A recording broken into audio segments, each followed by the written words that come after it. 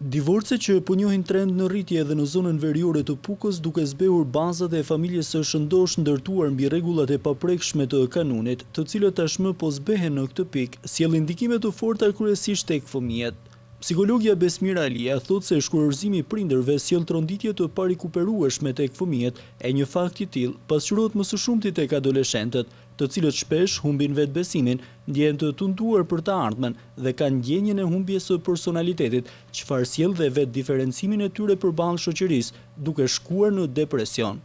Efekti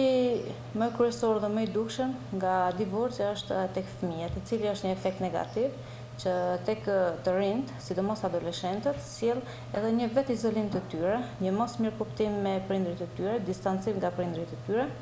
sjell mungesë të vullnetit për të mësuar dhe për të shoqërizuar me shokët dhe shoqet e klasës, gjë e cila mund të sjell edhe deri në depresion.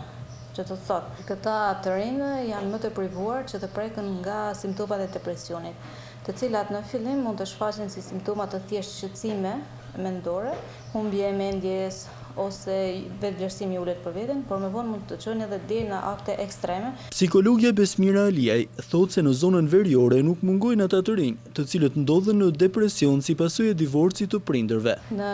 zonën tonë, që përfshin gjithë rrethin e Pukës, ka raste të tilla ku për arsye nga më të ndryshmet, shumë nga këta të rinj kanë qenë pjesë e depresionit. Arsyeja kryesore e arritjes deri në këtë pikë ka qenë divorci mes dy prindërve dhe ndikimi negativ i njërit prind për prindërin tjetër. Ditët e fundit, Shqipëria është tronditur nga aktet ekstreme të disa të rinjve që kanë vendosur t'i japin fundjetës, ndër të cilët edhe një vajzë nga Puka, bija e dy prindërve të divorcuar.